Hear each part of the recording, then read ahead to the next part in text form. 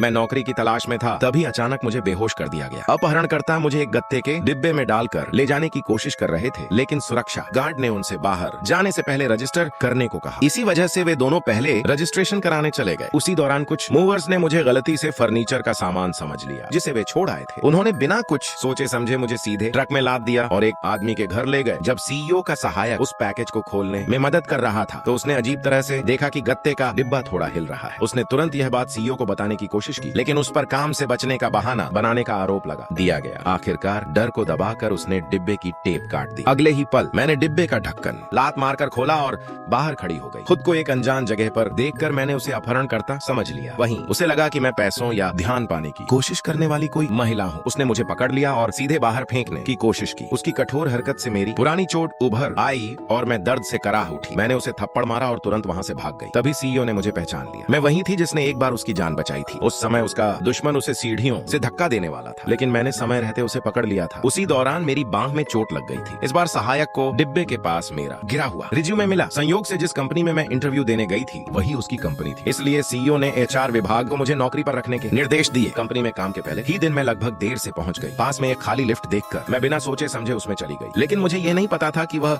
CEO की निजी lift थी। वहाँ मौजूद लोग मेरा मजाक उड़ाने लगे। मेरी सुपरवाइजर को भी लगा कि मैं सीईओ के सहायक की सिफारिश से नौकरी में आई हूँ, इसलिए उसने मुझ पर तंज कसे। उसने सीईओ से मेरी गलत लिफ्ट लेने की शिकायत की, इस उम्मीद में कि वह मुझे नौकरी से निकाल देगा। मैं घबराई हुई फैसले का इंतजार करती रही, लेकिन सीईओ ने कहा कि आगे से मैं कभी भी उसकी लिफ्ट का उपयोग कर सकती हूँ।